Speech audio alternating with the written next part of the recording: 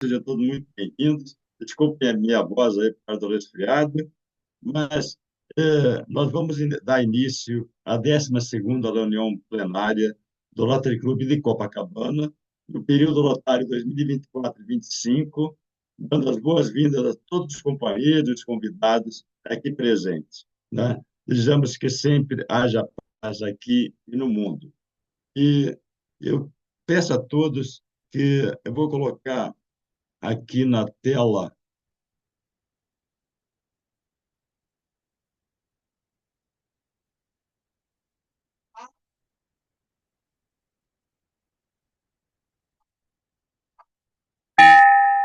uma salva de palmas para a bandeira nacional.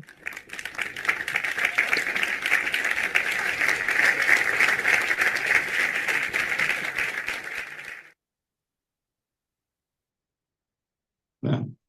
De iniciar a reunião formal, eu peço a todos um minuto de silêncio pelo falecimento do nosso ex-companheiro Hélio Koppelman, faleceu nessa noite, né? E pedimos a todos um minuto de silêncio em memória dele.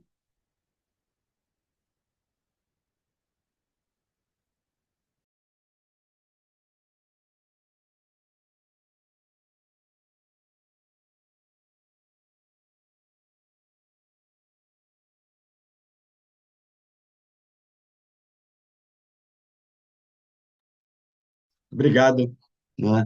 Então, dando continuidade à nossa reunião, hoje nós damos as boas-vindas ao advogado Bruno Leite de Almeida, que, a convite do nosso companheiro Fábio Machado, ele vai nos brindar com uma palestra hoje.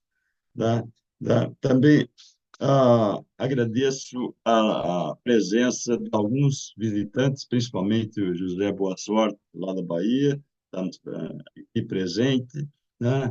E, e também Rivadavia, convidado da Marilene, Jesus, né? Mais os nossos companheiros internos. E eu convido o diretor do protocolo, o Ricardo Correia, para fazer o protocolo da reunião. Tá ligado o som? Tá ligado. Tá ligado? Boa noite a todos. Na tribuna virtual, Ricardo Correia, associado representativo deste clube, classificação equipamentos pesados, fabricação. No atual período, exercendo o cargo de primeiro diretor de protocolo, compondo a diretoria de protocolo, como segundo diretor de protocolo, o nosso companheiro José William. Hoje estamos realizando a 12ª reunião ordinária do ano rotário 2024-2025, como já anunciado pelo presidente, tendo como presidente do Rotary Internacional a companheira Stephanie Urtic, do Rotary Clube de McMurray, na Pensilvânia, distrito 7.305, nos Estados Unidos. Como governadora do Distrito 4.571, a companheira do Rotary Clube de Pindamonhangaba, Alcione Giannicoviana. E como presidente do nosso clube, o companheiro presidente Pedro Durão. O lema do atual período rotário é a magia do Rotary. E, neste momento, eu apresento a todos a composição da mesa virtual, diretora dos trabalhos desta noite. Ao centro da mesa, o presidente do Rotary Clube de Copacabana, Pedro Loureiro Durão. À direita do presidente, o palestrante da noite de hoje, advogado Bruno Leite de Almeida, especializado em direito do consumidor. E à esquerda do presidente, o companheiro Fábio Machado, associado do nosso clube, que fará a apresentação do palestrante da noite. Então, devolvo a palavra ao presidente para continuar a nossa reunião. Obrigado, Ricardo. Eu peço à secretária, nossa ex-presidente, secretária atual, Zélia Carvalho, para a secretaria da noite, se é que tem comunicação hoje. O som tá desligado. Tem que abrir o microfone, Zé. Espera aí só um minutinho. Abriu. Abriu? Abriu a imagem, mas abriu o som. Tá, espera aí. Só um Você fechou a minutinho. imagem. Acabei fechando aqui, porque eu estou tentando abrir aqui a comunicação do nosso companheiro Cláudio, e eu vou precisar abrir no outro telefone, que no outro ali eu não consegui passar. Só um minutinho, por favor, gente. Eu estou em Minas, e a gente, quando está em Minas Gerais, a coisa fica um pouco mais atrasada. Espera aí. Um instantinho, por favor. Se quiser, a gente adianta o companheirismo e depois volta, né? Só um minutinho. Está entrando.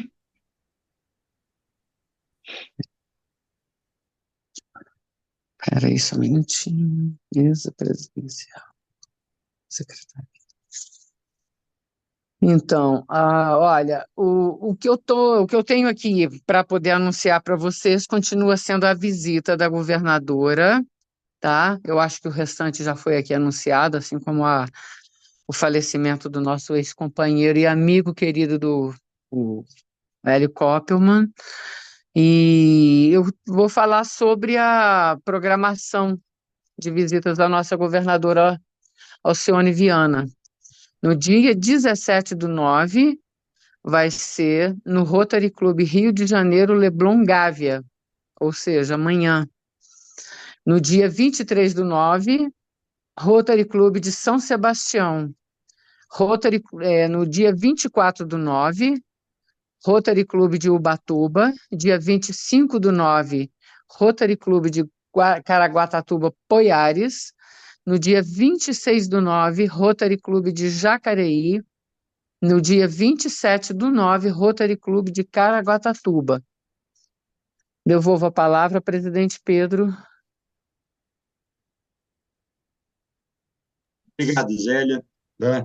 Agora eu chamo o diretor de companheirismo, Isaac Adid, para o companheirismo da noite. Isaac. Boa noite a todos. Na tribuna, Isaac Adid, sócio representativo do Rotary Clube Copacabana, na antiga categoria de roupas femininas representação.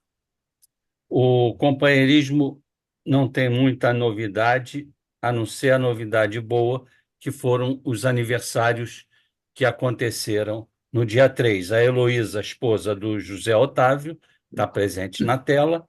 A Sueli, esposa do Robert Nigri, que também está presente na tela. E dia 15, o Harrison Freitas, nosso associado honorário, cuja esposa está na tela também.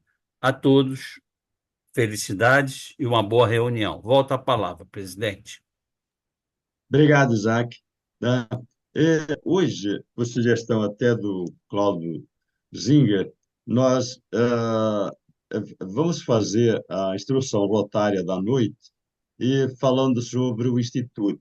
Como daqui, o Instituto Rotary que teve em Fortaleza, como daqui o único que participou fui eu, então eu vou fazer aqui passar rapidamente os highlights do Instituto. Vou compartilhar aqui a tela.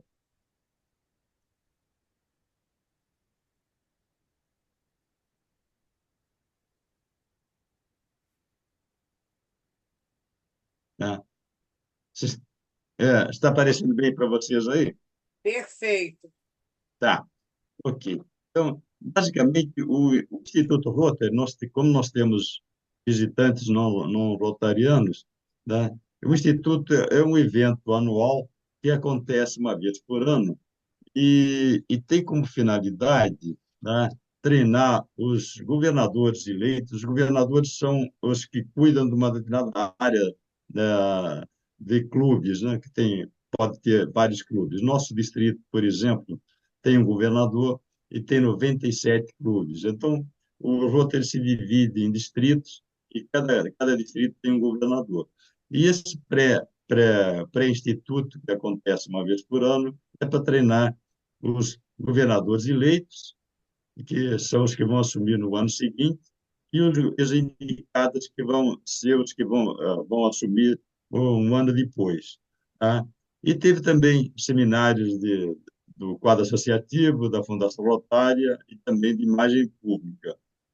O Instituto, propriamente dito, ele contou com palestras motivadoras, teve a visita da presidente da Rotary Internacional, a membros do board, diretores, líderes locais, tá?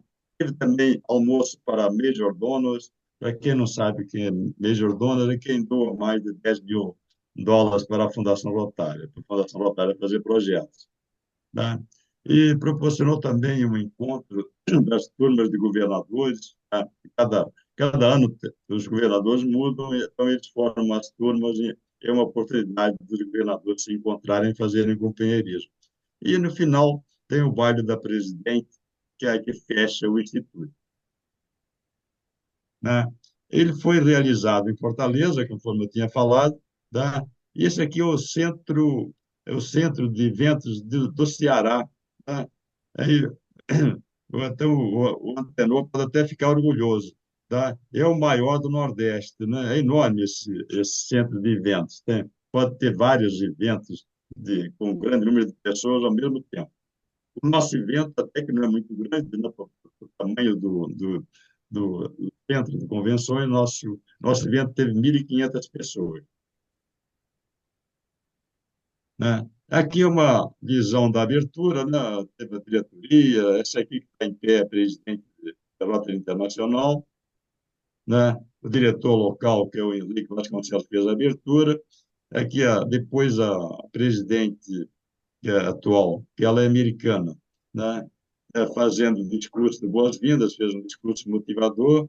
O nosso CEO também do Rotary Internacional, o secretário-geral, o João Zilco, também esteve presente, tá? Ele aqui discursando. Tivemos, tivemos outros diretores também, o Drew Kessler. Esse diretor ele é interessante. Você se lembra que teve um voo que teve uma, vamos dizer, problema, tá, de instabilidade, né, que algumas pessoas se feriram, teve que fazer um pouso de emergência. Esse diretor estava no voo e ele machucou, inclusive, a coluna, né? Então, teve que ir para o hospital para se recuperar, e ele e a mulher se machucaram, né? Estava indo para o encontro da outra, tá? Mas, felizmente, já se recuperou, né?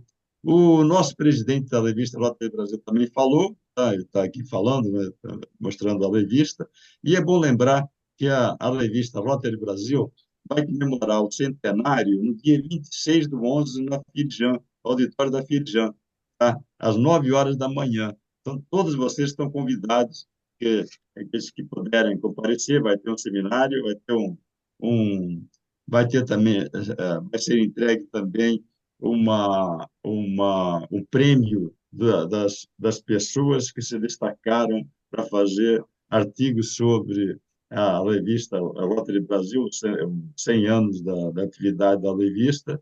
Então, vão ser são três premiados também, tá? Então, vai ser interessante. É lá no centro da cidade, do Rio, né? Dia 26/11, às 9 horas da manhã, né?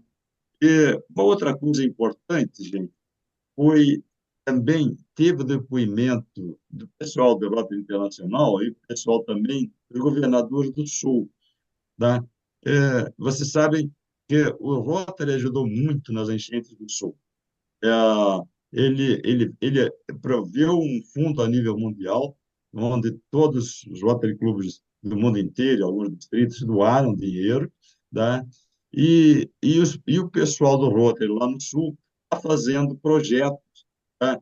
Que antes o limite era US$ 25 mil, eles dobraram o valor, US$ 50 mil cada um, tá? E o pessoal já aprovou 10 projetos, já aprovou US$ 500 mil de ajuda, projetos humanitários para o pessoal lá no Sul. E ainda temos US$ 400 mil no fundo, está praticamente 1 milhão, ainda tem algumas doações entrando. Então, é o Rotary ajudando, através da Fundação Rotária, lá os nossos irmãos do Sul, para ajudar um pouco, a minimizar um pouco o sofrimento, o sufoco todo das enchentes. Uma outra coisa também foi anunciada, passando rapidamente, que são só highlights, também onde vai ser a próxima convenção dele, vai ser no Canadá, em Calgary, de 21 a 25 de junho. Aqui é o pessoal que já se inscreveu e que estava promovendo a convenção internacional. Tá? Próximo ano vai ser em Calgary, no Canadá, e no ano seguinte vai ser em Taiwan. Aqui é interessante, esse menino, se vocês apontarem o telefone de vocês para esse QR Code, né, ele mais a esposa dele vão fazer uma viagem ao redor das Américas, né? Eles vão sair de Minas, de Contagem, vão até Patagônia, lá no sul, depois vão subir, atravessar todos os países aqui da América do Sul, e vão subir até o Alasca, tá? Depois do Alasca, eles voltam e vão terminar a viagem em Everest, que é Everest fica ao lado de Chicago, tá? Isso tudo para promover a conscientização, a campanha da polio, da erradicação da polio, tá? Então, quem tiver curiosidade de ver o roteiro dele, é só apontar o telefone para esse QR Code, tá? Depois eu posso também colocar no grupo, se vocês quiserem escanear, tá? Tá? Eu tenho um vídeo aqui, mas ele demora 5 minutos, tá? Eu acho que, como nós temos o palestrante, tá? Eu vou pulá-lo e vou mostrá-lo na próxima reunião em loco, tá? Então, era, era isso, gente. E muito obrigado aí pela atenção. Essa era a informação rotária sobre o Instituto Rotary que aconteceu em Fortaleza. Obrigado.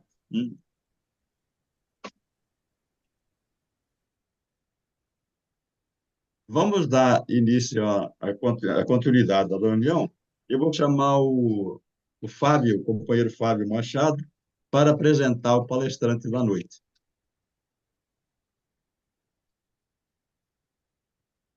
Fábio, está fechado o microfone. Abriu. Boa noite a todos. Na tribuna virtual, Fábio Machado, sócio representativo do Rotary Clube de Copacabana, com classificação rotária, direito tributário. Agradeço a presença do nosso ilustre convidado de hoje.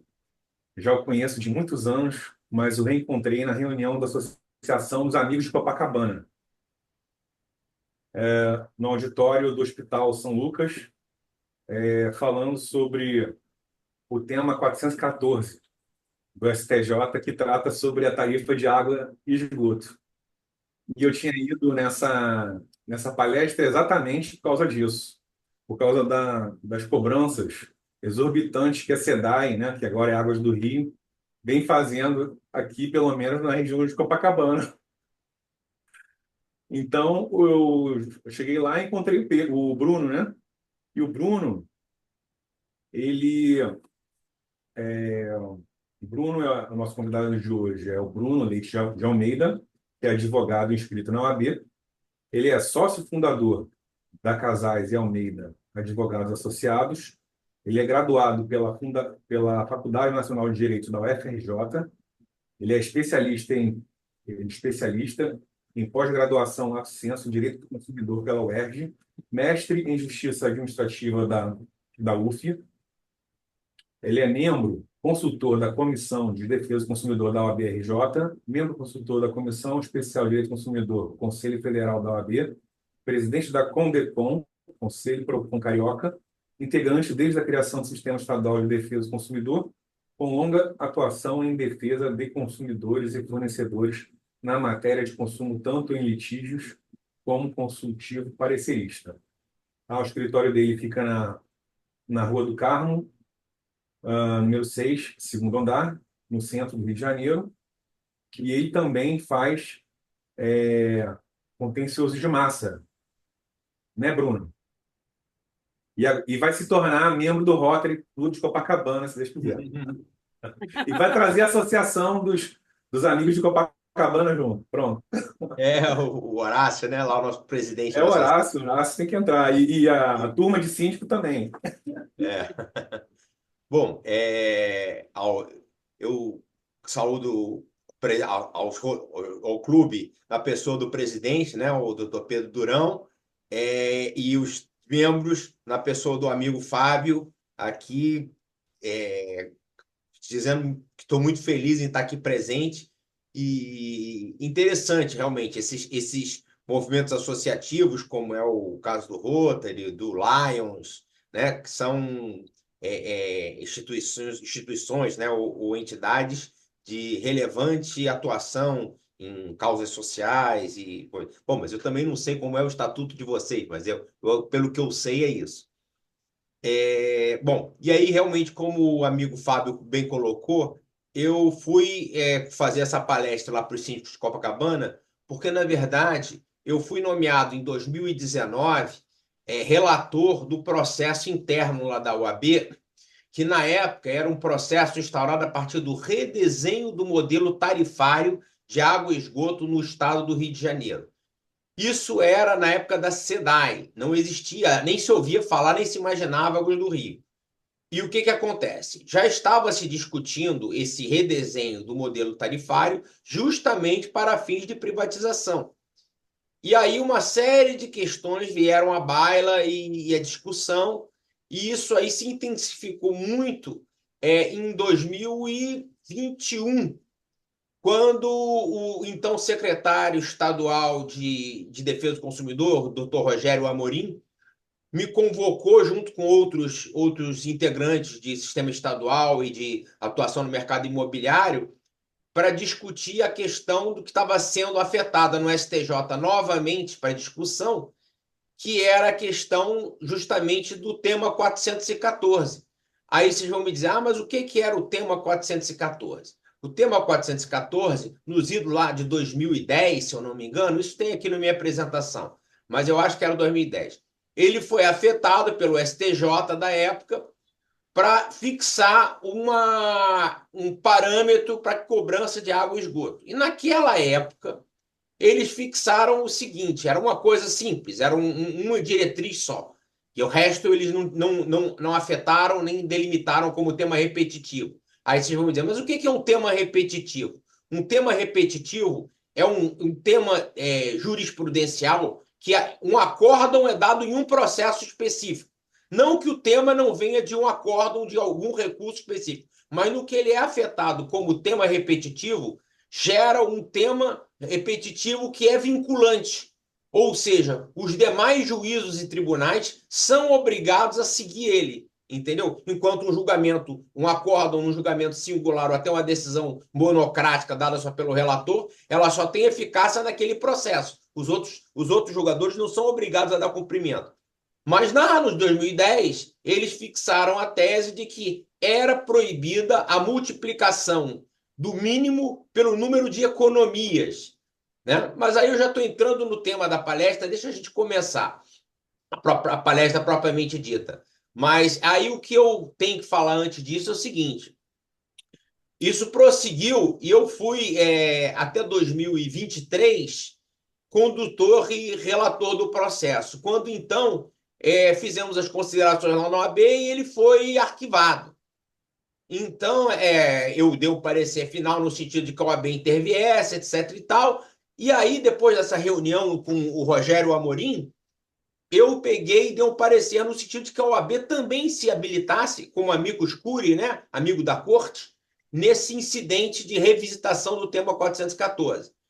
Mas por questões lá internas, houve habilitação, a OAB se habilitou, mas em um dado momento ela entendeu por bem que não era bom atuar decisoriamente ou marcantemente nessa discussão, deixando a cargo do Ministério Público, da Defensoria, de outros tantos órgãos que também se fizeram intervir nesse incidente, e aí eu realmente meio que parei de falar esse assunto.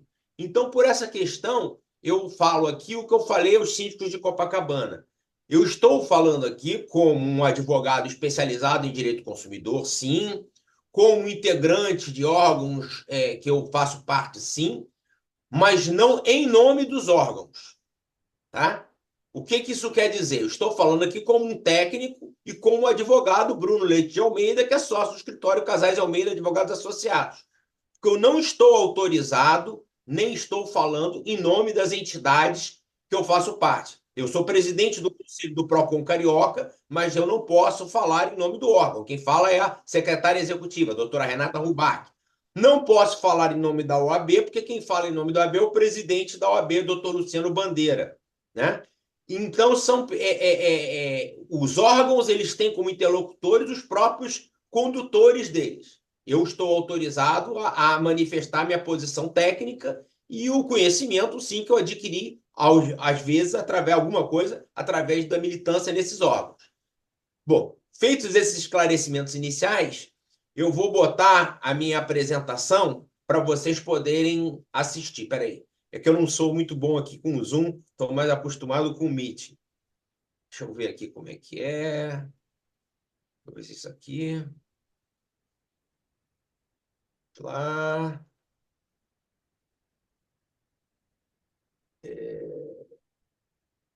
Vamos lá, animações, não. Inserir. Página inicial. Desenhar. Aí. Não. Deixa eu só ver aqui como é que é o.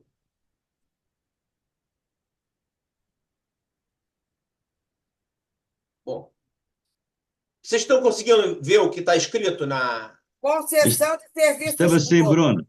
Se você quiser Pegar tentar, aqui, se eu consigo pegar clica essa na tela. telinha que tem embaixo, lá no rodapé, do lado direito. Como é que é? Clicar numa telinha bem pequenininha que tem no rodapé, no lado direito da tela. Tem umas figurinhas bem pequenininhas, tem uma telinha, que é o terceiro, é o quarto item. Terceiro? É, pronto, Isso. Aí, pronto, perfeito. pronto. Ok. Bom, então vamos lá. Deixa eu só pegar aqui para ver o. Bom, tá. Então vamos lá. Eu fiz uma breve, em relação ao que eu apresentei lá aos síndicos de Copacabana, eu fiz uma breve introdução sobre a concessão de serviço público geral. Porque a regra que tem na economia, como eu estou falando aí, você vê, é uma exceção à regra de não exercício da atividade econômica pelo Estado. São os seus órgãos e administração pública indireta. Por quê? Em regra, no Estado privado, né, nas economias onde predomina a iniciativa privada e que são capitalistas, o Estado não intervém na economia diretamente. Ele pode até intervir de forma moderada como Estado regulador, fixando diretrizes, política regulamentar, de funcionamento, fiscalizando concorrência, mas não atuando diretamente na atividade econômica. A exceção é justamente a questão do serviço público. Por quê? Os serviços públicos, eles são públicos por uma razão, pela natureza ou importância. E aí, por essa razão, a Constituição determina que eles devem ser prestados diretamente pelo Estado ou por seus delegatários ou concessionários, que é a mesma coisa, que devem receber o serviço sempre por meio de processo licitatório, quer dizer, licitação. O Estado não pode simplesmente passar o poder para o privado sem que haja um processo de escolha que garanta os melhores critérios que atendam aquele serviço que está sendo delegado. Isso está no artigo 175 da Constituição Federal. Pois bem, vamos lá. Constituição Federal, artigo 175. Incumbe ao poder público, na forma da lei, diretamente ou sob o regime da concessão ou permissão, sempre através de licitação, a prestação de serviços públicos. Veja bem, serviço tem que ser público, naturalmente. Diretamente, o Estado, por seus órgãos ou entidades ligadas a ele, sejam da administração pública direta ou indireta, e pelo regime da concessão ou permissão, sempre através de licitação, ou seja, não pode ser preterida, evitada a licitação, tem que ser através da licitação. Aí o 175 prossegue. A lei disporá sobre regime das empresas concessionárias e permissionárias de serviço público, caráter especial, seu contrato, prorrogação, bem como condições, caducidade, fiscalização, rescisão da concessão e permissão. Perfeito. Vocês vão ver, no que eu vou seguir agora, que eu vou falar. Esse regime especial das concessionárias de serviço público, ele vai se confundir um pouco com esse inciso segundo, os direitos dos usuários. E aí você vai ver uma discussão que eu vou falar nos slides seguintes. Mas os direitos dos usuários, na verdade, o serviço público é prestado ao público. Logo, o público é o usuário. Agora, eu chamo a atenção para que os direitos dos usuários, o artigo da Constituição, ele não fala defesa dos direitos dos usuários. Ele fala que terá estabelecido os direitos dos usuários, sejam eles bons ou ruins. Então, mas por isso que se confunde. E aí sim, política tarifária e obrigação de manter o serviço adequado. Esses dois últimos também se intercambiam. Por essa razão, eu não fiz uma abordagem específica de um de outros quatro. Eu fiz os 1 com o 2 e o 3 com o 4. Mas vamos em frente, então. Bom, então, regime especial das concessionárias de serviço público. Aí eu coloco que as empresas concessionárias de serviço público, enquanto o inciso, ainda que o inciso segundo determine a definição de direitos dos usuários, ela tem esse regime que é bem mais abrangente, que é a questão do funcionamento mesmo, da forma da licitação, da forma que vai ser alcançado o equilíbrio econômico, da forma que vai ser cumprida a modicidade tarifária. Então, isso está diretamente relacionado ao 1, aliás, do 1 contendo o 2, né? Que é os direitos dos usuários. E aí sim, o 2 que vem, o 3, tá aqui, eu já tinha botado. O 2 e o 3, deixa eu voltar aqui, peraí. Bom, o 2 e o 3, ele fala de adequação e de modicidade, salvo engano. Bom, aí a discussão no regime geral é a seguinte: mas se é o regime geral de especial de regulamentação da concessionária de serviço público, aplica o Código de Defesa do Consumidor? Aplica os direitos do consumidor? Muitos sustentavam que não, entendeu? Achavam que não, que tem que ser o que as agências reguladoras, porque, veja bem, os serviços públicos, pela sua relevância e importância, eles são submetidos a agências reguladoras. E as agências reguladoras, elas têm um poder regulamentar. Elas baixam resoluções, orientações, portarias, e que devem ser cumpridas pelo mercado. E não raro você verificava que essas portarias, essas resoluções, eventualmente conflitavam com o Código de Defesa do Consumidor e os princípios consagrados no Código de Defesa do Consumidor. Aí o que acontecia? Logicamente, os concessionários de serviço público sustentavam que prevalecia a norma do órgão que regulamentava a atividade deles. Mas isso se mostrava em verdade. Por quê? Porque essa norma regulamentar é uma norma administrativa, não é lei, né? E aí sim, o Código do Consumidor, que é um código estabelecido através de mandamento constitucional, que fixa normas de ordem pública e interesse social, ou seja, de primeira grandeza, ele estabelece aqui no artigo 22 dele que os órgãos públicos, por si ou suas empresas concessionárias, permissionárias ou sob qualquer outra forma de empreendimento, veja bem, ele busca justamente se fechar. Ele diz concessionárias, permissionárias ou sob qualquer outra forma de empreendimento. Ou seja, se eles inventarem uma nova forma, está submetido ao Código de Defesa do Consumidor. E o consumidor é usuário. É a mesma coisa. Uma coisa... Bom, então é submetido, sim, às leis do consumidor. E aí, sim, são obrigados a fornecer os serviços adequados, eficientes, seguros e, quando essenciais, contínuos. Então, vejam bem, são 4: eficiência, que ele atender a finalidade a que se destina, adequado, que se confunde com eficiência e tem um conceito legal lá na lei de concessão de serviços públicos, seguros, ou seja, não podem oferecer risco à segurança do usuário ou da sociedade, e quando essenciais, contínuos. E esse contínuo soma-se também um outro requisito, outra característica, que você vai ver lá na lei de concessão de serviço público, que é a generalidade. O serviço público ele tem que ser oferecido a todos. Então, se não é possível oferecer a todos, é um investimento necessário do concessionário, que tem que estar previsto na licitação, que ele pegue e faça investimentos para tornar a oferta do serviço geral.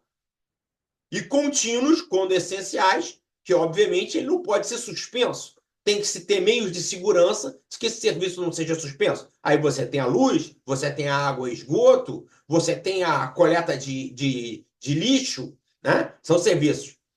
E aí vem o parágrafo único. Veja bem, esse artigo 22 é o artigo do Código de Defesa do Consumidor, Lei 8.078 de 1990. Tá? Bom, nos casos de descumprimento total ou parcial das obrigações referidas neste artigo, serão as pessoas jurídicas compelidas a cumpri-las e reparar os danos causados de forma prevista nesse Código. Ou seja, a reparação prevista no Código do Consumidor, que ela se dá por vício do serviço ou do produto, ou por fato do serviço ou do produto, ela aplica-se plenamente aos concessionários de serviço público. Aí, nesse ponto, eu faço apenas um pequeno parênteses para explicar. O Código de Defesa do Consumidor, ele separa a forma de dano. O vício, aquilo que atinge diretamente o serviço público ou qualquer outra coisa, produto ou serviço, de forma endógena, ou seja, afeta diretamente a utilidade a que se destina o produto, você tem a tutela do vício do serviço ou do produto. Já a segurança se relaciona ao fato do serviço ou do produto, que são também os chamados acidentes de consumo. Naturalmente, se a sua luz não chega na sua casa e não acende seu abajur, você está falando de um vício, que a finalidade dela é... Agora, se porventura você não consegue ligar o seu respirador e você tem um problema de insuficiência respiratória, aí, se você vier a ter um problema maior ou até vier a falecer, você estará diante de um fato do serviço de prestação de luz, né? Então, veja bem, o acidente de consumo ou fato do serviço, ele é exógeno. É aquela coisa de que você não espera quando compra o produto ou serviço. Bom, fecha o parêntese. Vamos voltar à nossa matéria. Primeiro, alguma dúvida disso aí que eu já expliquei? Alguém quer fazer alguma colocação? Não, né? Então, vou prosseguir. Pois bem. Então, vamos lá. Bom, eu já falei isso, essa primeira parte aqui nesse item 3, que é aquela questão do esforço que muitas vezes se fez para pegar e tirar da aplicação do Código do Consumidor e outras leis o serviço público. Isso é uma expressão que eu criei. Aí, veja bem, estou falando esse meu nome, não estou falando o nome dos órgãos. Mas vocês que também já são da minha geração, alguns talvez antes e outros pouco depois, vocês conhecem o termo chapa branca, né? E aí, então, porque o pessoal jovem não sabe, porque hoje em dia a placa mudou, não existe mais placa de automóvel, veículo branca. Mas eu brinco que o concessionário de serviço público é um empresário privado, só que não.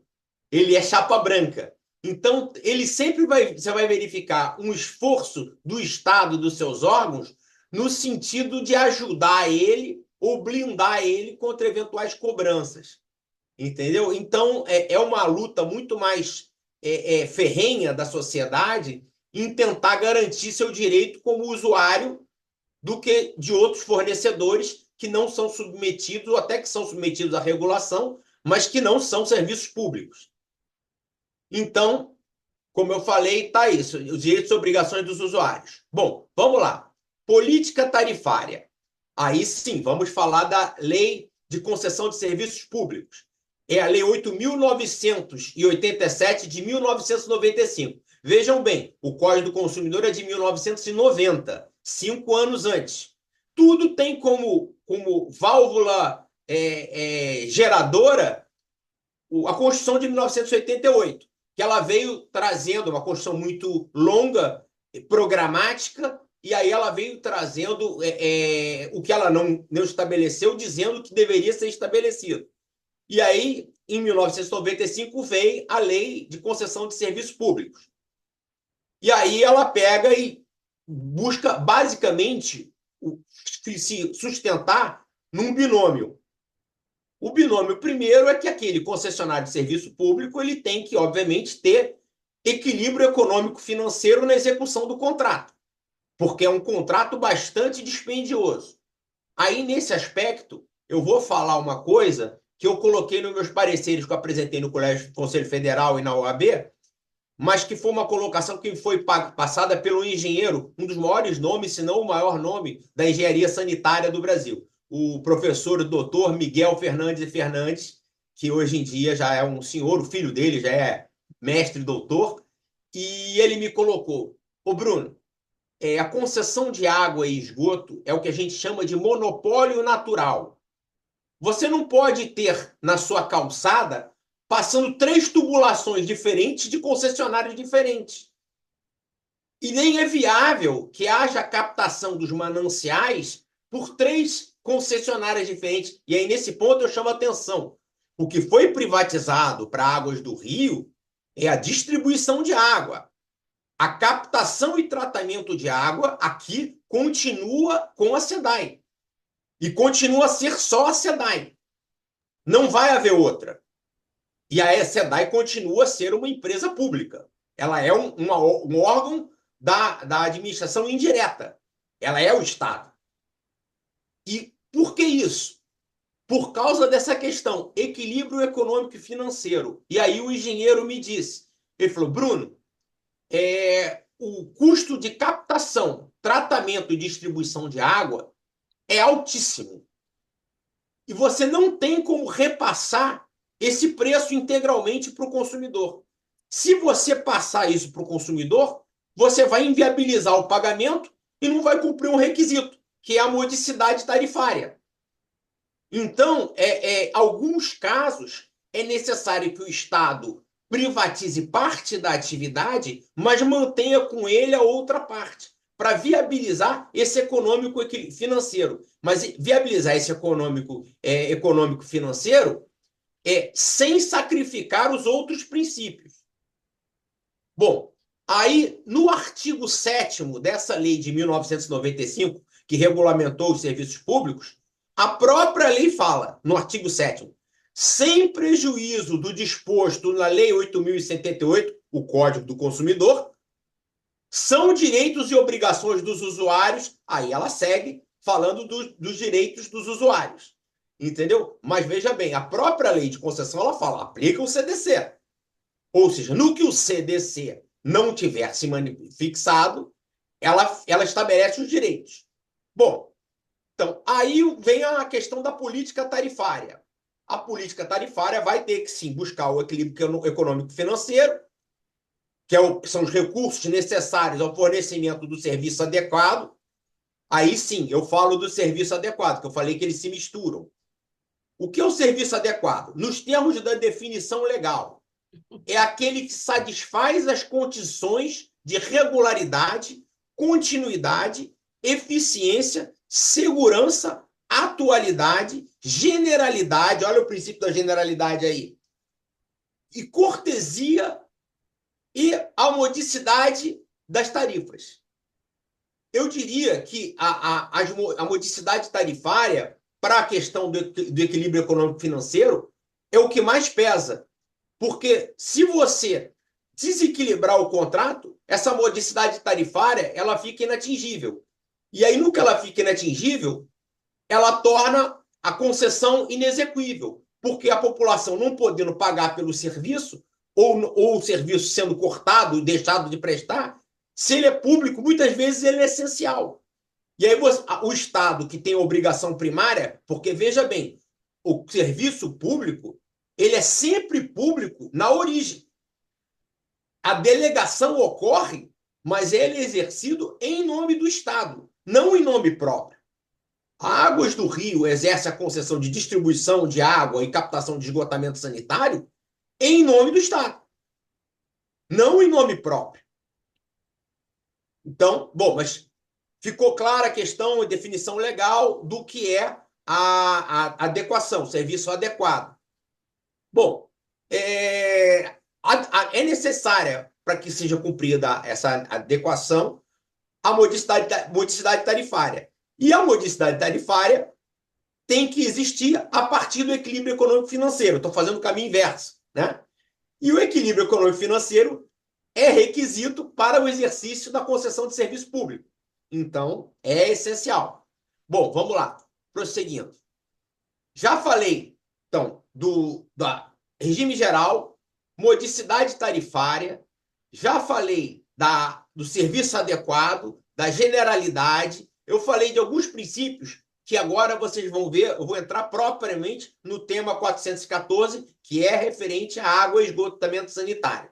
E aí vocês vão ver e entender com essa explicação que eu já fiz até agora do geral da concessão de serviço público, o porquê que o STJ entendeu que era necessário revisitar esse tema e necessário se regulamentar. Você vai ver que o que era originalmente duas, três linhas dizendo que não podia multiplicar o consumo mínimo pelo número de economias, virou 3 parágrafos com ainda disposições transitórias que estabeleceram mais direitos ainda. Então, a coisa ficou bem mais complexa. Bom, então vamos lá. Tema 414 do STJ, novos parâmetros para o faturamento de água e esgoto. Porque, na verdade, os velhos parâmetros foram aqueles fixados lá em 2010. Pois bem, olha lá. Em 5/10/2010, foi publicado no Diário Oficial, no recurso lá, que é o 1166-561 do Estado do Rio de Janeiro. O tema vinculante 414, que estabelecia que não é possível. Aí o tema está aí, vocês estão vendo, é que as fotos estão me cortando aqui um pouco. Eu tenho como mudar isso aqui de lugar? Ah, tem. Tá ótimo, melhorou muito. É que eu não sabia. Bom, não é. Isso aí é o tema original, tá? Como estava redigido.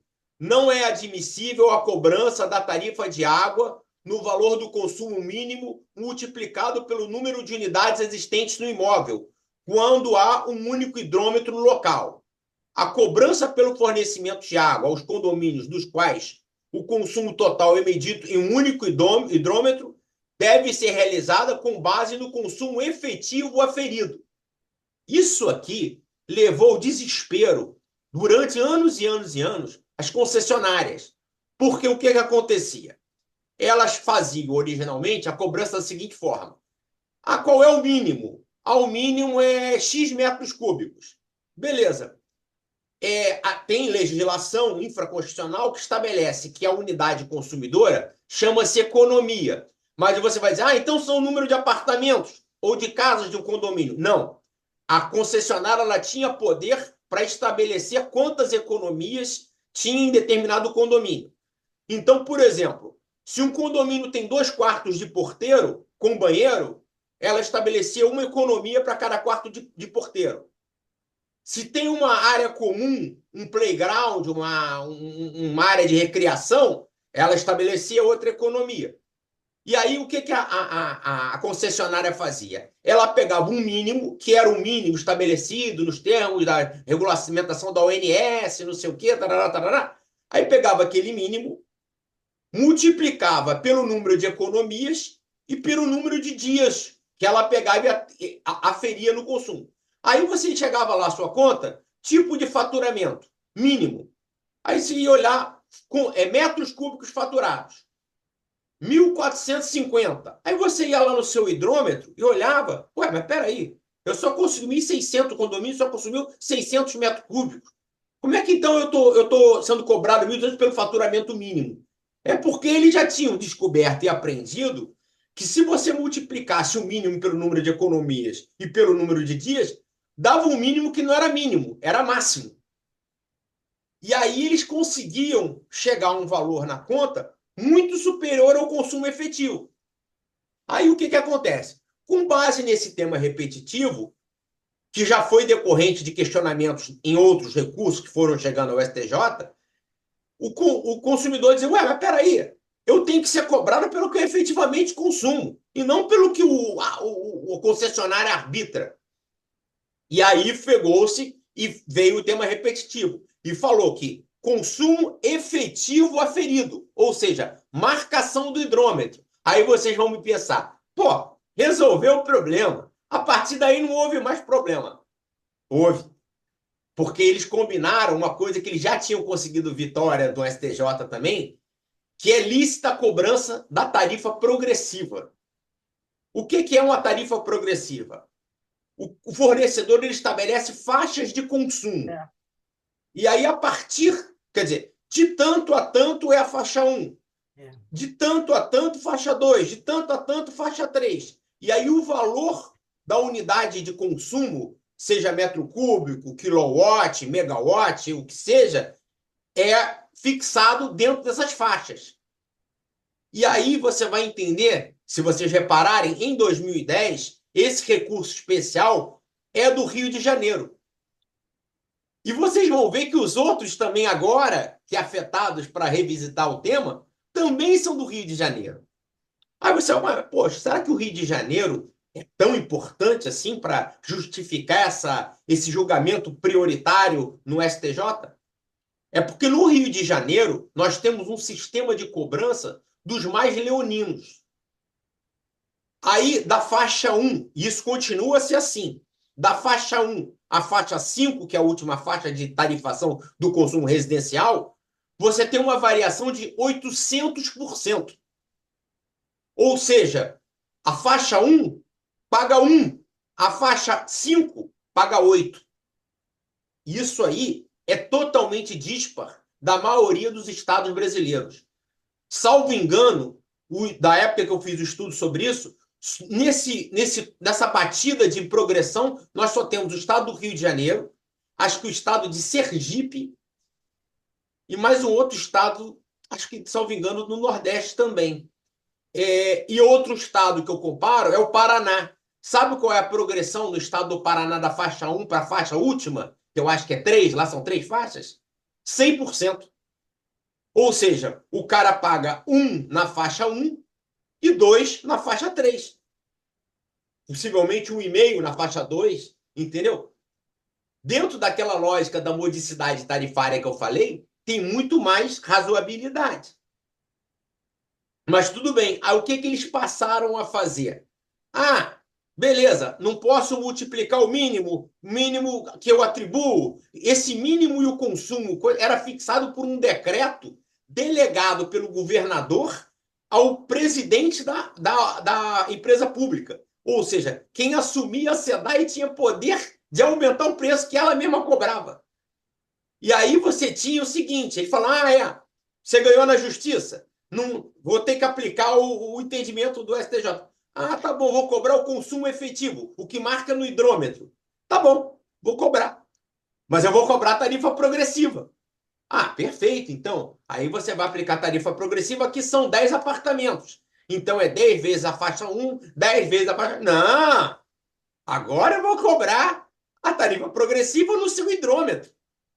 Como se fosse uma economia só. Ué, mas peraí, aqui tem um consumo de 10 unidades.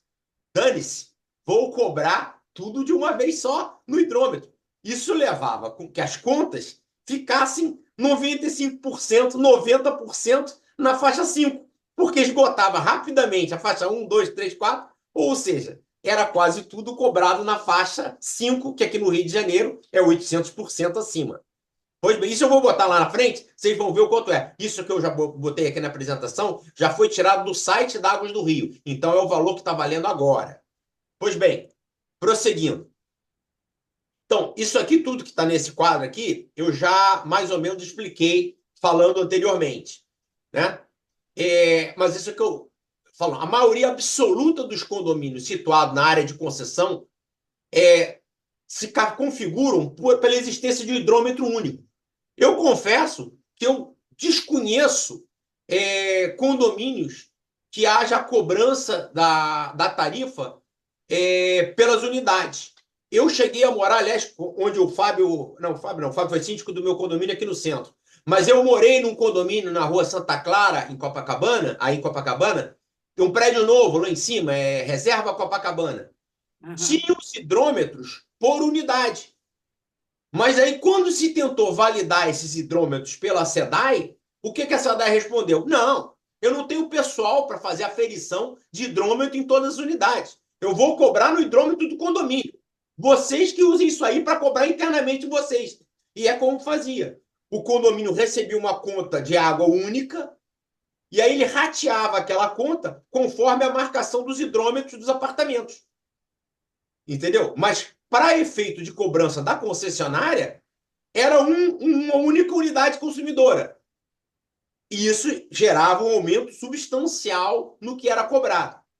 Mas o consumo de água e esgotamento sanitário, ele não é. A água é fornecimento de água tratada. Enquanto era SEDAI, era captação, tratamento, distribuição e fornecimento de água tratada. Fornecimento até onde? Até o hidrômetro. Mas e do hidrômetro em diante? Aí era por conta do condomínio. Entendeu? Agora eles falam, bom, e o esgotamento sanitário, como é que é cobrado? Bom, isso também é uma coisa que se discutiu. Porque o que entra de água num condomínio não usa-se, às vezes, para regar planta, para outras finalidades, para beber, não sai necessariamente no esgoto. Mas é feito dessa forma. Você consumiu 180 metros cúbicos de água na entrada, eles cobram 180 metros cúbicos de esgotamento sanitário. Dobra. Então, veja bem, as fórmulas que são aplicadas na tarifação de água e esgoto, elas são muito leoninas, porque elas não levam em consideração o interesse do consumidor. Elas levam sempre o interesse. E aí eu chamo a atenção para um aspecto que houve na privatização do serviço de água e esgotamento sanitário. Havia, como em qualquer leilão de licitação, um preço mínimo estabelecido. Aí você vai dizer, então foi estabelecido o preço mínimo, pagou-se um pouco acima. Não, pagou-se muitas vezes, acho que 4 ou 5 vezes, o valor mínimo. De tão lucrativo que era, eu estou falando eu acho, pelo menos, mas foram várias vezes, 3, 4, 5 vezes, era tão lucrativo e a previsão do lucro era tão grande que eles pagaram logo de tacada vezes o que era previsto como o preço mínimo. Pois bem, vocês entenderam o que é economia? Economia é a unidade consumidora. Mas essa unidade consumidora ela não é equivalente ao número de casas de um condomínio de casas ou o número de apartamentos no condomínio de apartamentos. A concessionária ainda tem o poder de atribuir a economia ao que não necessariamente é um apartamento.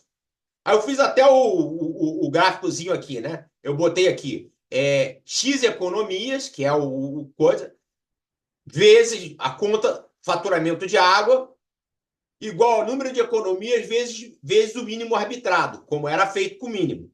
Agora, eles estão fazendo da forma correta, depois da uniformização do 414. Na verdade, já estavam fazendo, Águas do Rio. Ela está multiplicando as faixas de consumo também.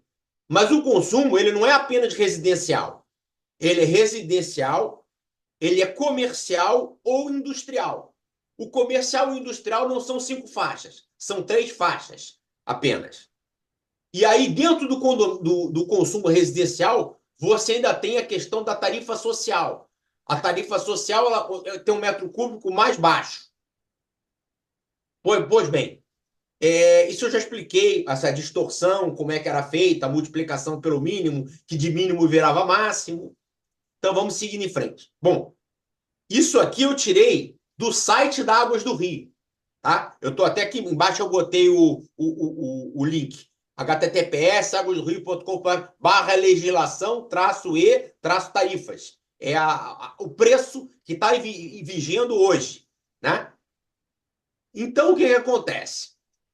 Você tem hoje a faixa 1 de 0 a 15 metros cúbicos.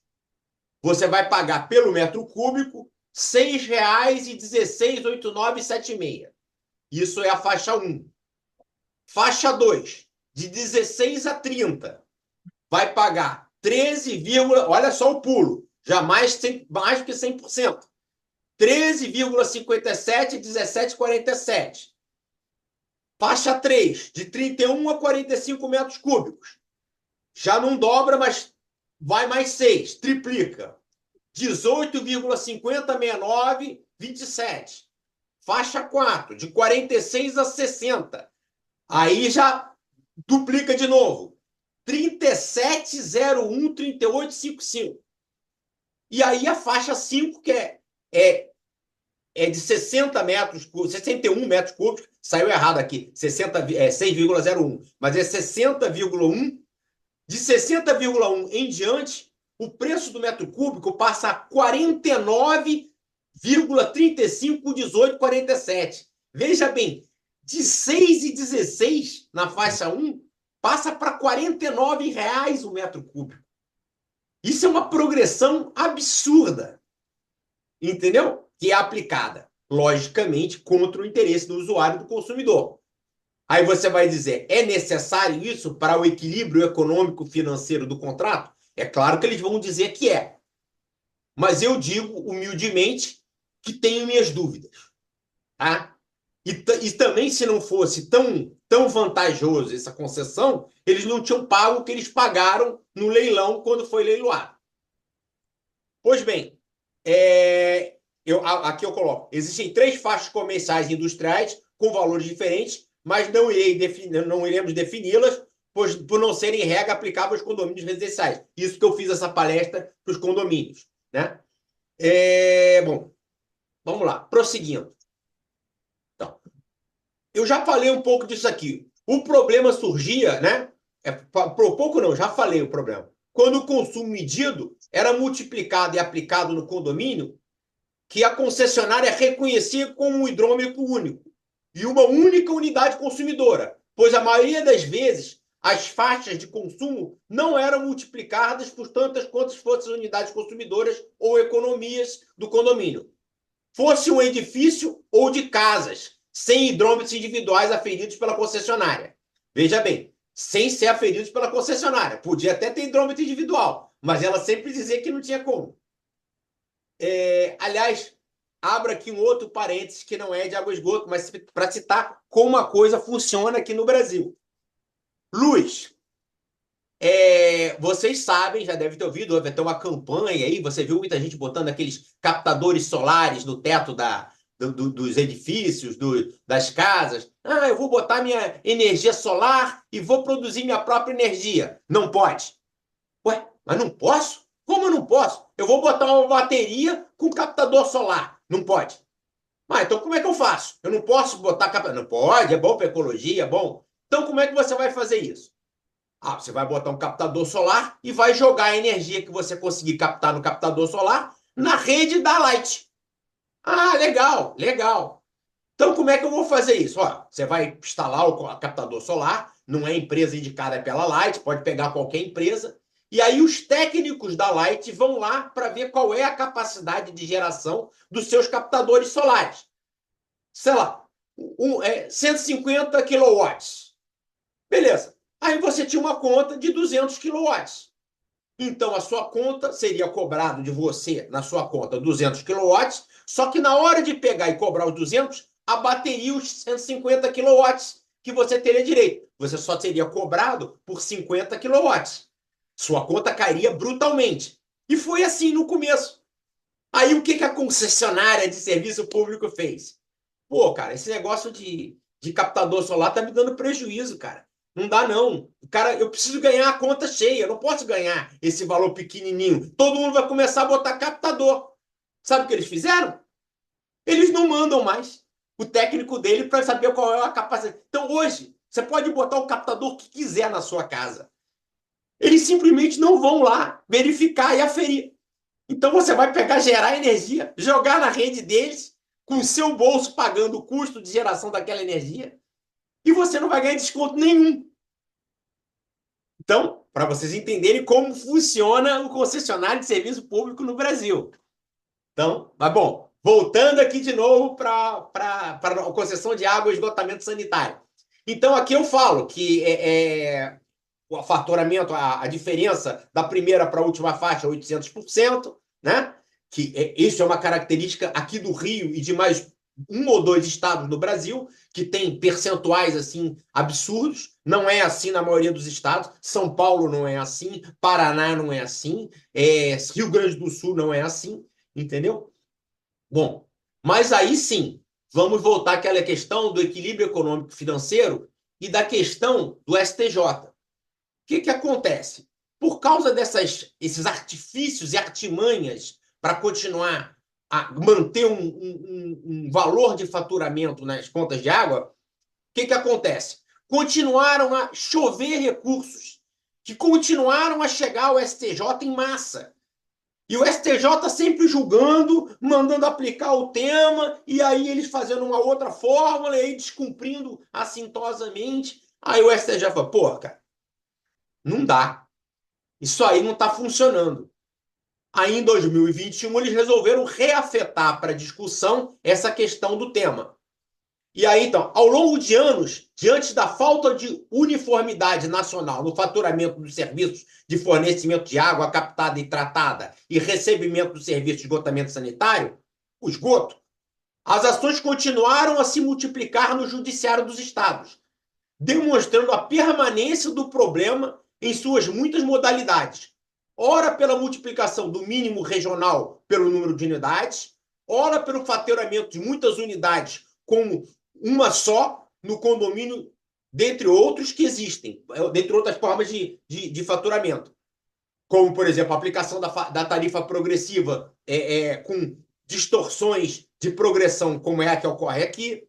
Bom, aí, em 16 de 11 de 2021, ao iniciar o julgamento do recurso 1.937.891, novamente do Estado do Rio de Janeiro, o STJ decidiu revisar e reanalisar o tema 414, iniciando-se assim a longa tramitação com a habilitação de diversas entidades do setor público e privado, visando a possível modificação do tema no STJ. Eu falo públicas e privadas porque, por exemplo, o PROCON Carioca, que eu sou presidente do conselho, eu botei em deliberação numa reunião e a gente decidiu por habilitar o PROCON Carioca. Aí o PROCON Carioca é um órgão público, é um órgão da administração direta, mas ele habilitou lá, entendeu? Ministério Público habilitou, OAB, que não é da administração pública, mas é uma entidade, habilitou, Defensoria Pública habilitou, entendeu? E habilitaram, por indicação minha e recomendação minha, os órgãos do Estado do Rio de Janeiro. O promotor do Centro de Apoio das Promotorias de Consumidor, ele chama, pô, Bruno, mas não seria o caso de habilitar o Ministério Público Federal, porque é uma questão de âmbito nacional, ou a AGU, a Advocacia Geral da União? Eu falei, não, porque o problema do Rio de Janeiro é singular.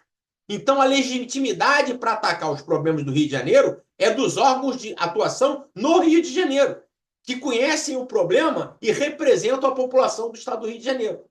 E aí eles concordaram comigo e eles habilitaram lá. Pois bem, então decidiram reafetar, chamar reafetar é trazer para análise novamente a questão do tema 414. Houve uma audiência pública em 5/10/23. Essa foi a última que nós participamos mais ativamente. Mas, mesmo assim, só foi um membro da comissão, que não fui eu, foi o presidente, já o Tarcísio Amorim, que é presidente até hoje, que foi para lá sozinho, mas, mesmo assim, ele não sustentou oralmente na audiência pública. Ele foi lá só para ver o que estava acontecendo. E aí, o julgamento efetivo aconteceu dia 24/6/2024, agora, em junho.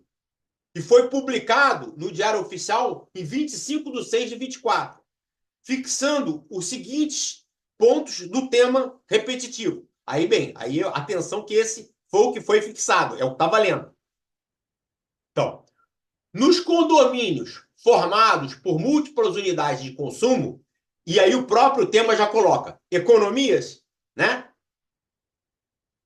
E um único hidrômetro, é lícita a adoção de metodologia de cálculo da tarifa devida pela prestação do serviço de saneamento por meio da exigência de uma parcela fixa, entre parênteses, parcela mínima. Aí você vai dizer, ué, então permitiu a multiplicação do mínimo. Agora pode multiplicar pelo mínimo. Mas não é qualquer mínimo. Não é um mínimo arbitrado em cada estado. Mas isso aí vamos ver lá na frente. Concebida sobre a forma de franquia de consumo devida por cada uma das unidades consumidoras, economias. Por que franquia mínima de consumo? Você não tem... mas porque se eu não uso água na minha casa, eu tenho direito de não pagar nada. Não, não tem. Não tem. Porque tem um custo para levar até a sua porta e disponibilizar o serviço para você. Então, se tiver disponibilizado o serviço público para você, você tem que pagar esse custo de disponibilização.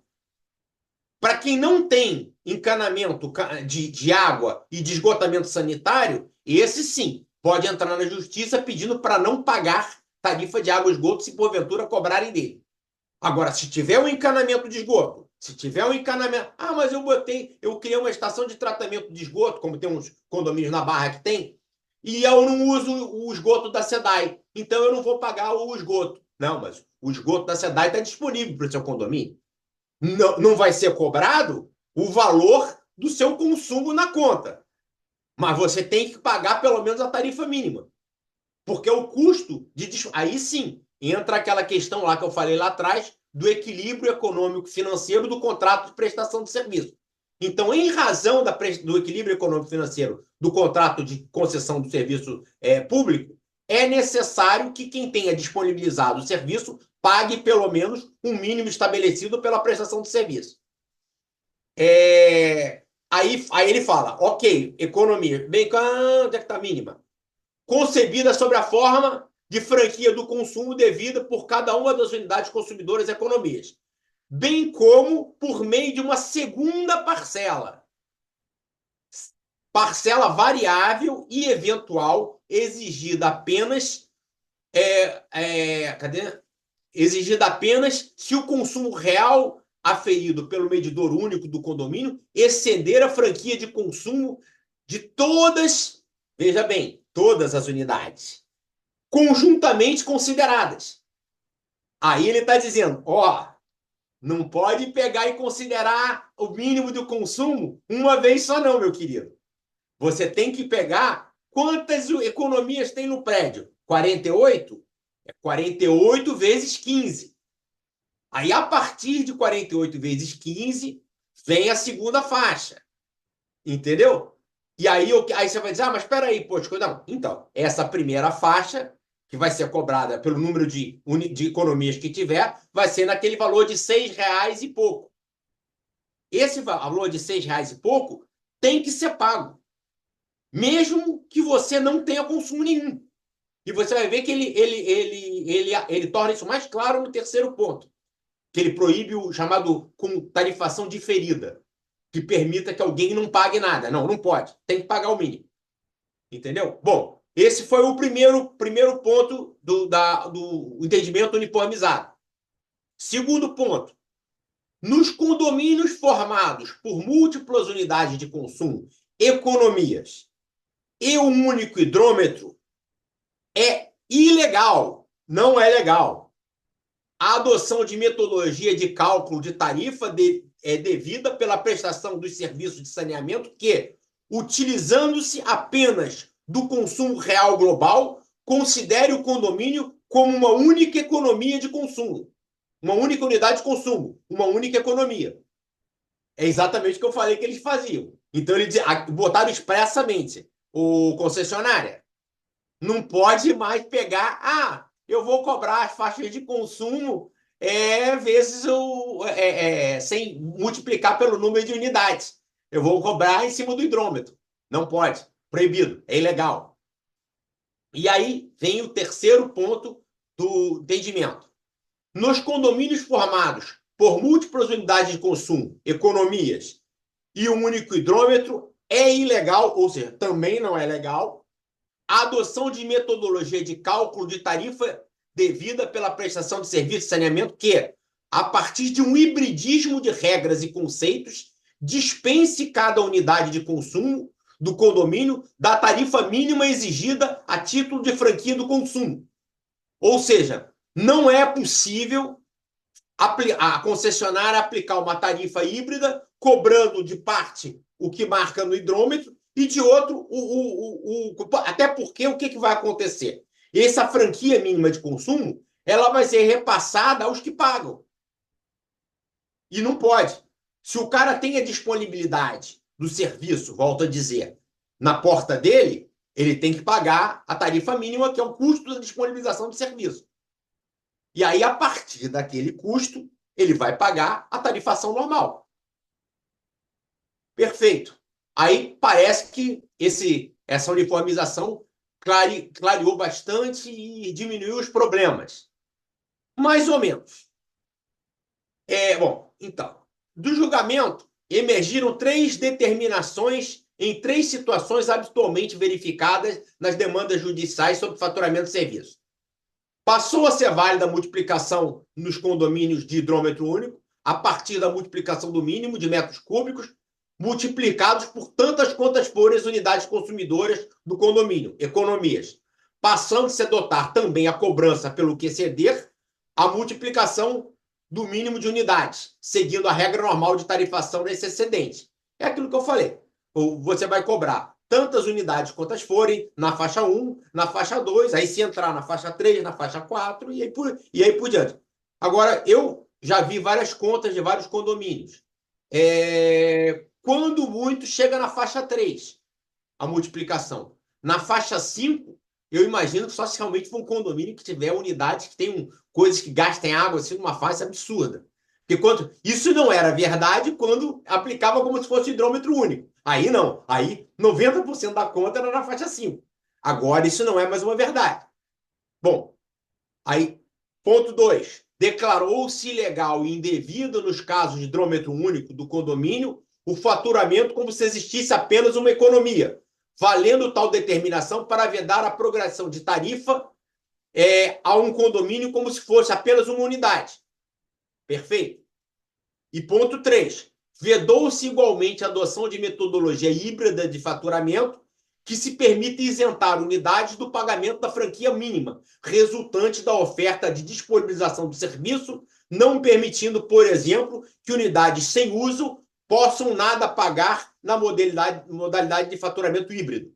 Então, eu fiz isso aqui traduzindo... Perdão. Eu fiz isso aqui traduzindo o que ficou lá na uniformização. Bom, agora, devido às ações que já existiam, que, como eu falei, essas ações envolvendo água de esgoto são milhares, se não 1 milhão, no STJ. E desde a primeira uniformização de jurisprudência, elas não pararam de entrar. Então, hoje, você tem em curso, já julgadas, em fase de execução, quando já julgadas e transitadas em julgado, que é quando a decisão se torna imutável, mas em fase de execução, diversas situações de diversos condomínios. Aí, por causa disso, o STJ ele decidiu aplicar nesse julgado chamado modulação dos efeitos da coisa julgada. O que é a modulação dos efeitos da coisa julgada? Você cria uma regra de transição. Você diz assim, tudo bem, para aquilo que já acabou, está acabado, já não tem débito para um lado e para o outro, está resolvido, isso aí não muda. Mas para quem está discutindo ainda? E para quem já discutiu, mas está pagando? Como é que vale? Bom, aí a gente vai traçar uma regra.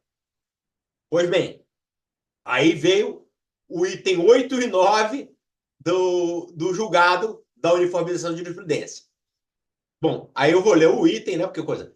A evolução substancial, veja bem, isso é o próprio STJ falando, isso não foi eu que escrevi, não, tá?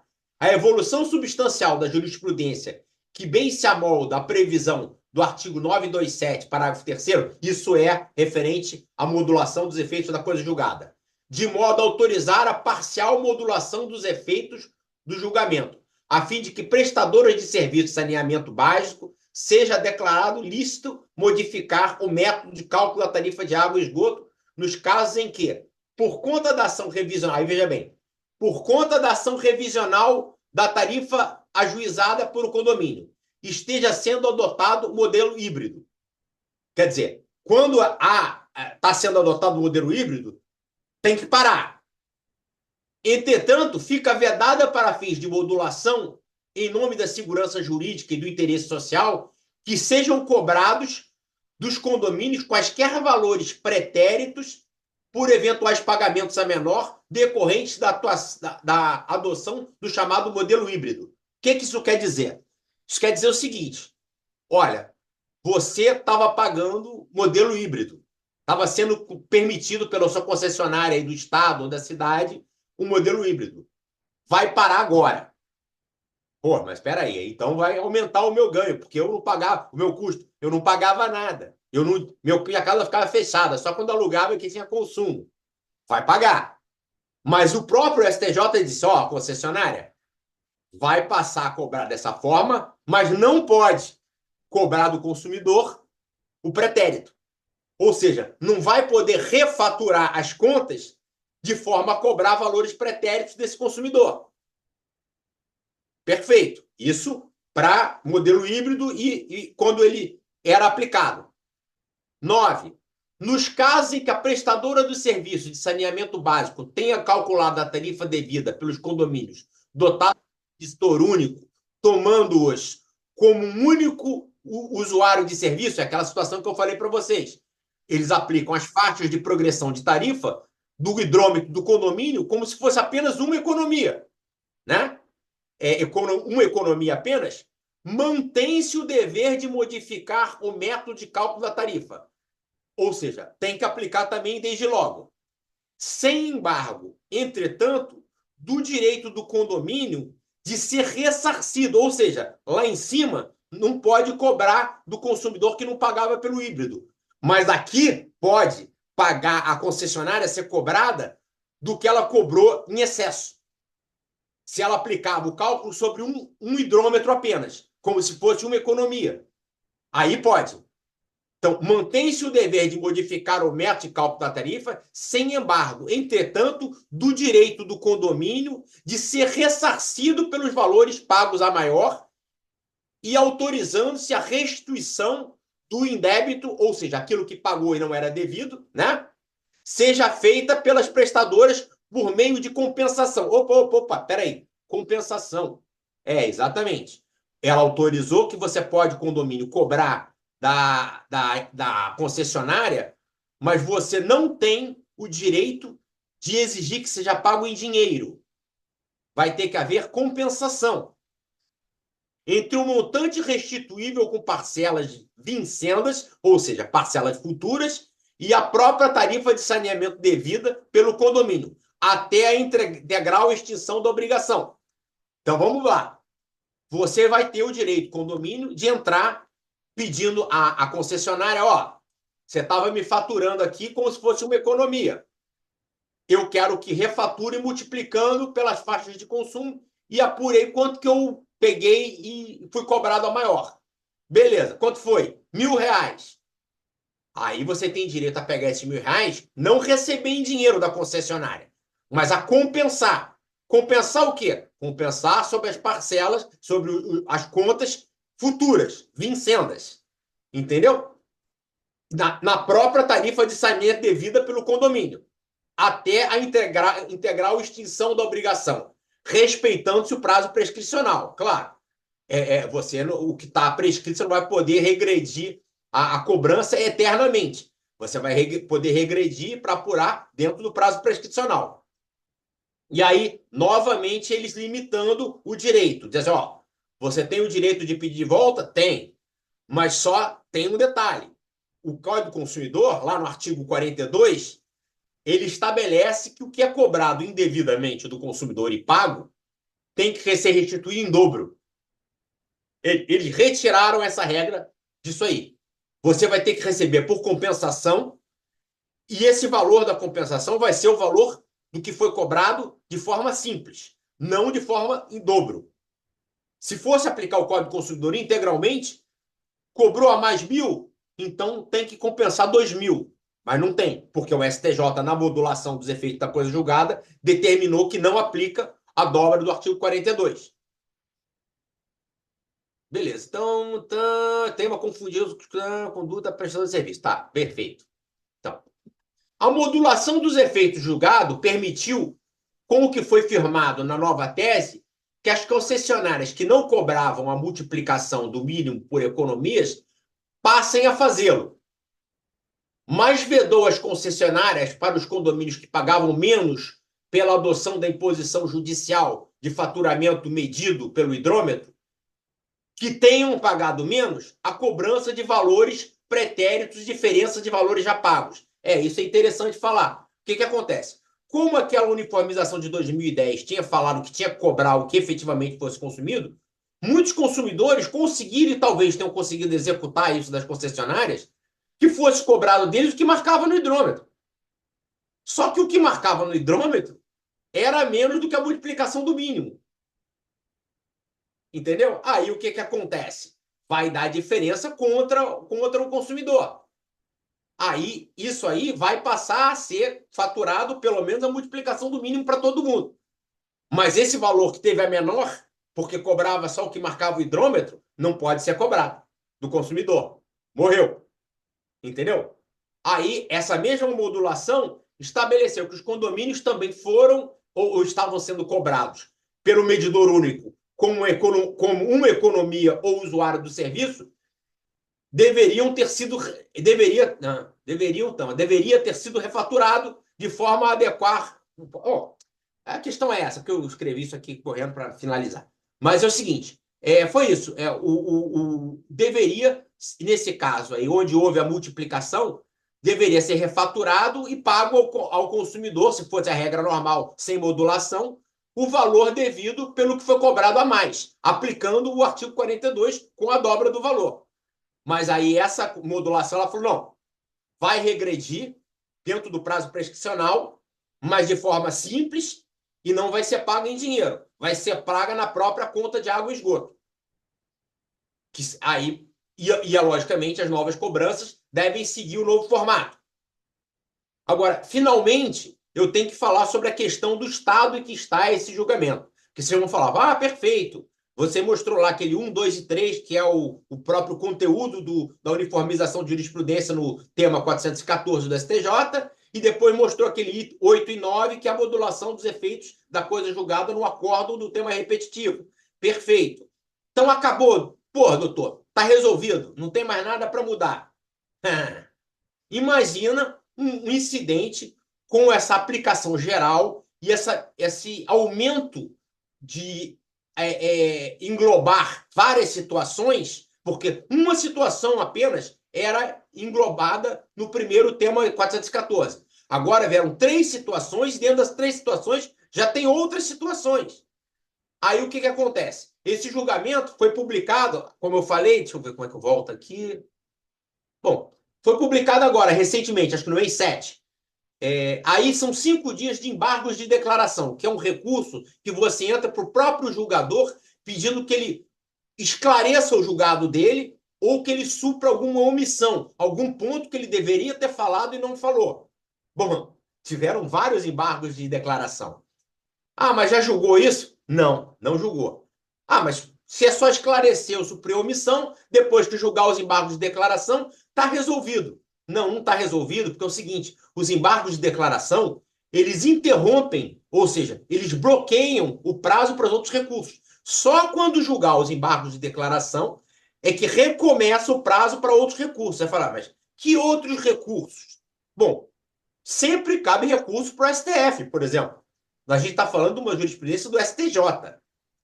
Se a modulação e a uniformização foi entendida como nociva pelos concessionários de serviço público, a partir do término do julgamento, e detalhe, embargos de declaração podem gerar novos embargos de declaração, e isso é comum no STJ. Tem embargos de declaração, Aí, quando acabar de julgar os embargos de declaração, eles ainda podem recorrer para o STF, alegando que ou a modulação ou o tema repetitivo viola algum mandamento constitucional. Entendeu? Então, está decidido, só que não. Então, está decidido sim, eu diria. 90%, 85% de chance de serem essas regras que nós teremos daqui para frente. Agora, se elas vão ficar totalmente como estão, aí, aquela história, né? Cabeça de juiz, né? E ninguém sabe do que vai sair. Então, não é provável que não mude muito. Por quê? Como isso aí já foi objeto, como vocês viram, audiência pública, intensos debates lá dentro do órgão especial, se foi julgado no órgão especial do STJ, provavelmente todos os ministros já debateram, já levantaram todas as hipóteses, os consumidores mesmo foram lá e levantaram, as concessionárias também foram lá e levantaram. Então, já foi bastante exaurido esse tema. Mas ainda é possível, pelo menos, que altere-se alguma coisa. Bom, eu acho que com essas considerações aqui, eu posso encerrar aqui minha apresentação e agradecer a vocês aí por terem permanecido me ouvindo até esse avançado da hora e dizer a minha satisfação de estar aqui com vocês. Muito obrigado. Boa noite. Nós é que agradecemos, doutor Bruno. Parabéns pela palestra, muito esclarecedora, né? Muita arte, né? Então, mas foi muito esclarecedora. Devido ao adiantado da hora, nós temos duas mãos levantadas agora e vamos limitar. Fábio, acho que você baixou a mão, né? Né? Dá. Então, nós vamos passar a pergunta do Zé Otávio, foi o primeiro a levantar a mão. Né? Otávio, abre o microfone.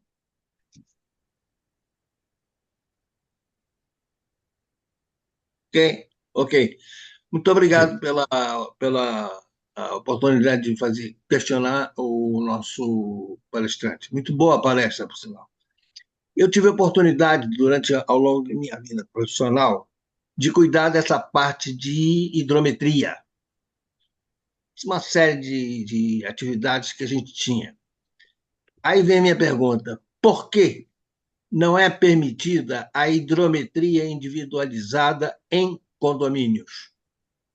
Segundo, na época, eu tive a informação, isso causaria uma perda de mais ou menos 30% a 32% na receita do concessionário. Bom, posso responder então? Por favor, Então eu vamos lhe lá. agradeço. Eu já tive esse pleito, como eu falei, no prédio que morei ali na Santa Clara, que é um prédio novo, foi entregue em 2009, e que tinha os hidrômetros. Eles tiveram, a construtora tem um trabalho desgraçado de botar os hidrômetros em todas as unidades. Tinham lá, e funcionavam muito bem. Só que, segundo a SEDAI, na época era SEDAI, foi solicitada a ela que cobrasse pelos hidrômetros, ela disse que não tinha pessoal suficiente para aferir e que a cobrança era feita no hidrômetro que era aferido por ela, que era o hidrômetro do condomínio. Agora, isso é a razão que eles deram. Isso é a razão deles. É a razão deles, exatamente. Agora, se era essa 30% de perda da receita, pode ser sim.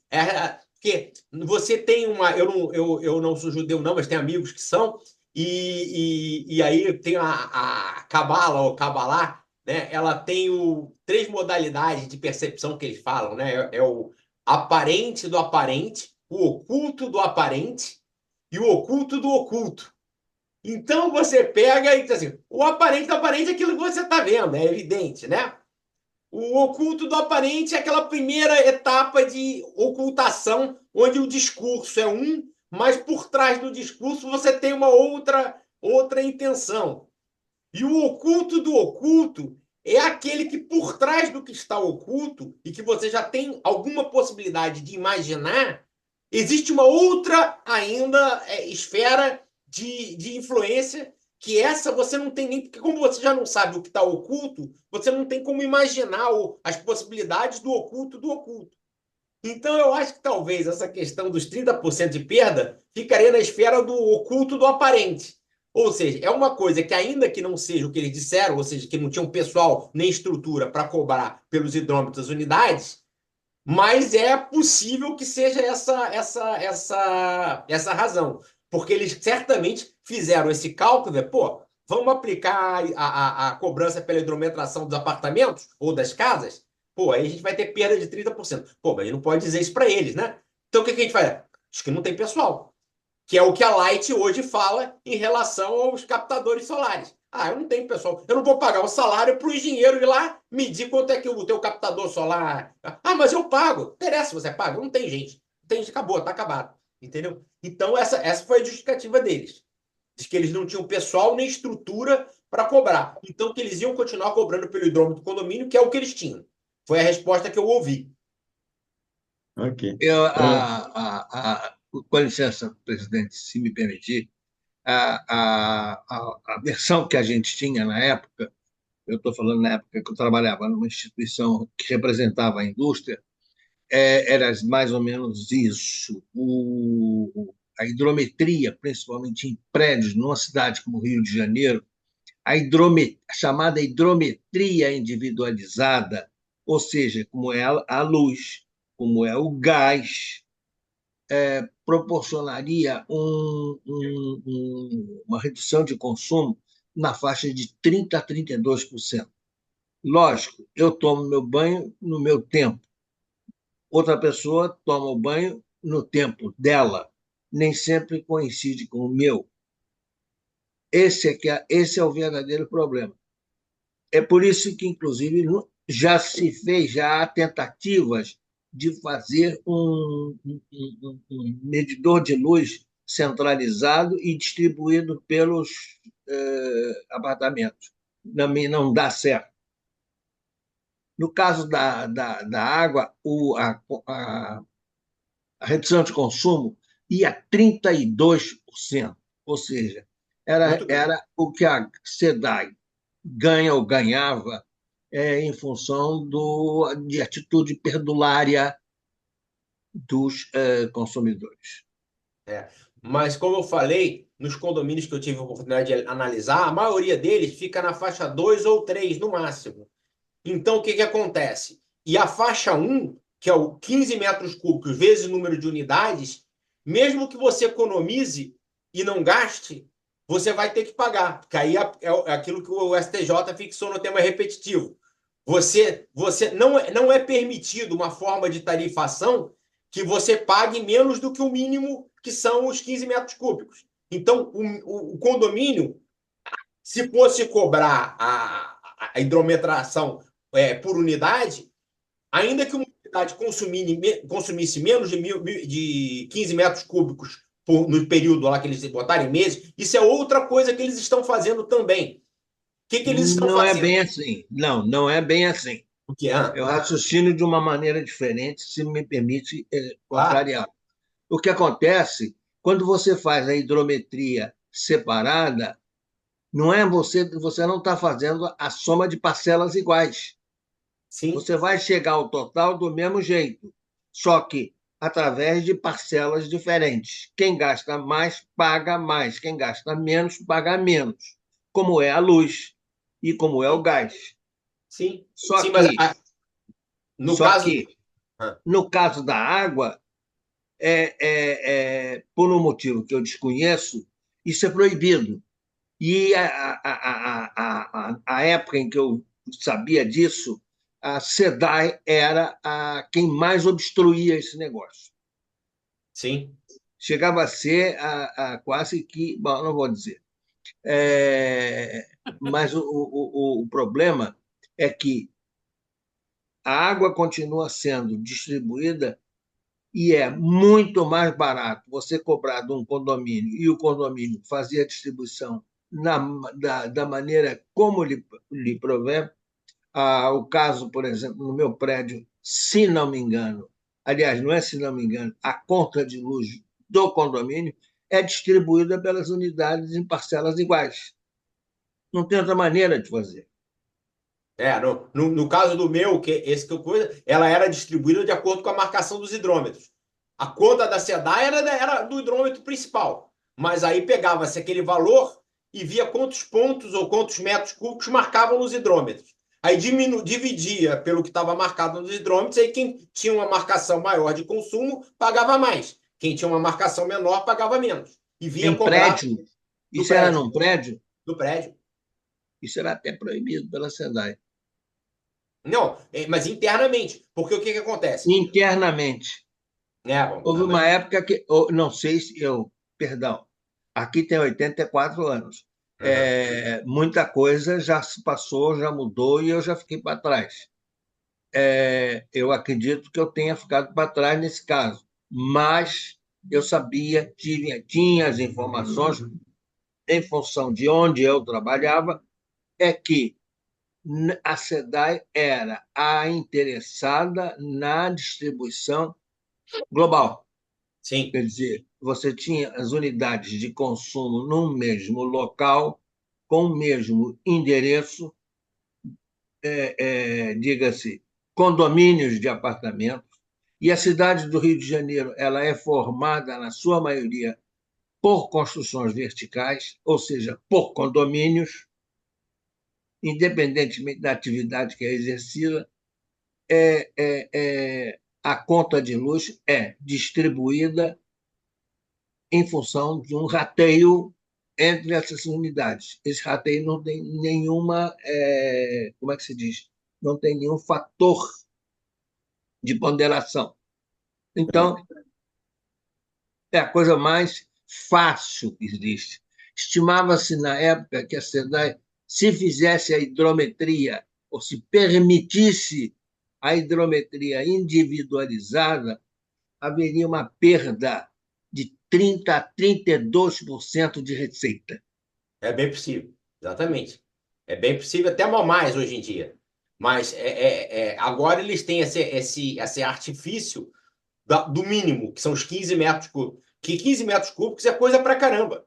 Então, É alto, é alto. Que um tenha uma tarifa única, pequena, é a chamada, há quem chama até de tarifa postal. É o que você paga pela disponibilidade, por dispor ou torná-la disponível a você, por exemplo, a chegada da água. Aquilo tem Sim. um custo. É um custo que cobra a toda a sociedade. Não, mas essa tarifa não é permitida mais. Agora o mínimo é esses 15 metros cúbicos. Que seja, que seja. Não, eu acho que conceitualmente não há muita mudança. Houve sim em valores, em Eu questão queria, de. eu queria até aproveitar o- Zé Otávio. a introdução do Zé Otávio. Isso. E Fábio, aproveitar por e favor, só dá uma condensada na vida dentária começar. da hora, né? Na Tá pergunta. bom. O Não, que porque o aí a Quilo gente ainda só quer tem falar uma. também, para encerrar. Sim, rapidinho. Só tem uma questão de engenharia aí, é que a diferença entre essas tarifas de consumo, né, da luz, do gás, a luz e o gás, eles entram por tubulações, o gás por uma tubulação independente, e a central de distribuição, ela já, os medidores já ficam todos no térreo do gás. Por exemplo, tem o PI de gás, né? Já fica tudo ali e já sai todos os canos em distribuição separados para as unidades. Com relação à parte elétrica, também. A Light vem, distribui para o PC, e ele tem os medidores que já distribuem individualmente para todas as unidades. E a água não. A água entra por uma tubulação que joga direto para a caixa lá em cima dos prédios. Primeiro para a cisterna e depois para as caixas diretamente lá para a cisterna, lá para as caixas lá em cima. Então, Para não prolongar o debate, tem esse o que eu probleminha sei é da que medição. não havia problemas que não fossem resolvidos pela engenharia. Isso era o que era dito na época. Eu peço perdão, inclusive, de omitir nomes e tudo, eu não quero envolver, fica chato. Até porque eu já sou aposentado, não tem mais nada a ver com isso. Eu pago a minha conta de água. Mas a questão toda é que não havia impedimento nenhum. O que havia era, sim, uma perda de receita, que no caso de uma cidade do Rio de Janeiro,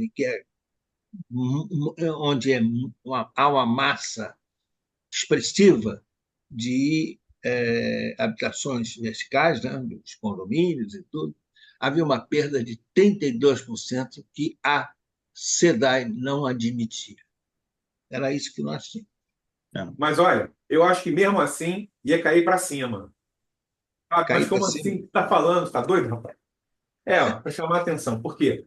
Como o próprio Bruno falou, se a SEDAI tá cobrando, ia querer cobrar a fatura mínima de 15 metros cúbicos, ela ia passar a cobrar 15 metros cúbicos cada unidade.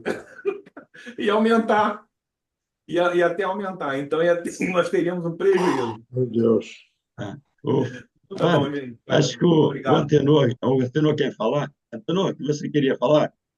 Tá? Não, Aliás, não. muito Eu queria obrigado. Muito apenas, obrigado. eu queria apenas que nós tivemos a brilhante exposição, nós não podemos estabelecer um debate agora, porque é mais tempo. Já ultrapassamos a hora, senão nós perdemos o brilho da exposição. Não, Isso aí. Tá?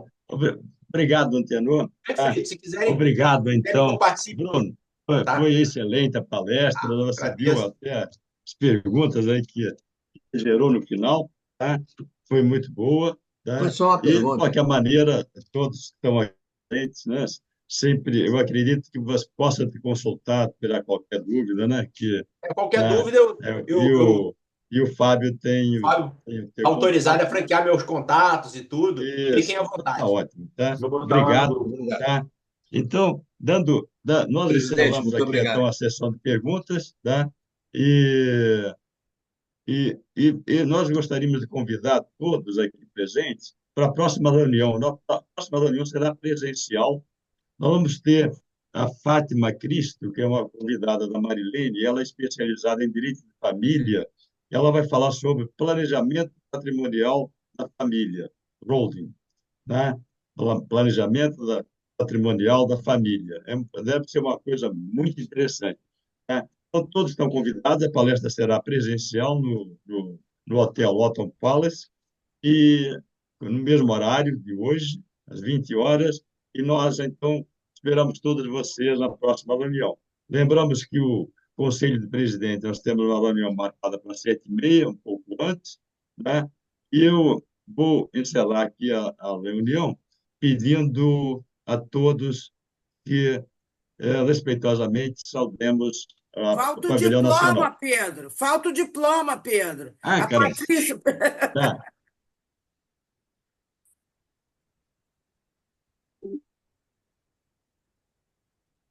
Muito obrigado. Você mandou esse PDF para a gente? Mando sim, pode deixar que eu te encaminho. Desculpa, Bruno, aqui eu estou muito ocupado obrigado. com a hora, tá?